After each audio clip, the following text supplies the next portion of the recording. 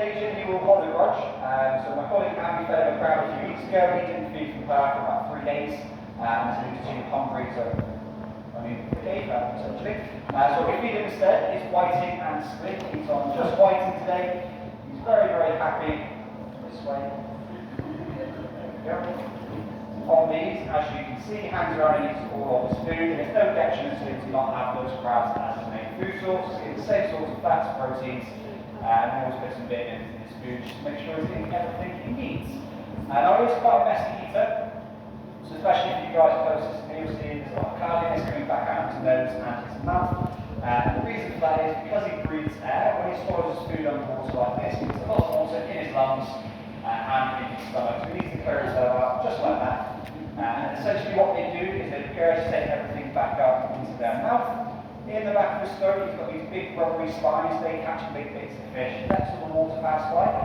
With the whiting, a little bit does break down on the way back up. So all the other fish hang around for some scraps because they know how much of a mess he makes. There's plenty of pictures on the internet of those spines. They look like something straight out of horror film.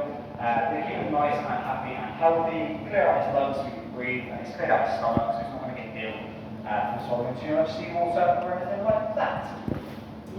Now, as well as being fine, he's got a little bit of shell damage. The big chip from the back right we think is from a broken feather, just given the size and shape of that. You'll figure out I've got no more food for him in a minute. And just behind his neck, on the very front middle scoop, you've got a very small circular dent. We think that is from a spear. So these guys are hunted for their meat and for their shells in the wild. Some cultures have this shell in your house for sign of protection, and in others they use them as like traditional serving dishes.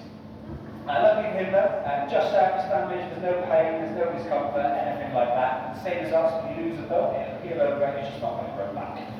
If they have pierced all the way through his shell, he essentially would have filled with water, lost the ability to control his buoyancy, and drown when it gets to the surface. So he's gone through a fair amount. Let's go up the other side. Relatively healthy and clumsy, rather than say. He's been very, very lucky, and now he's absolutely pounded for.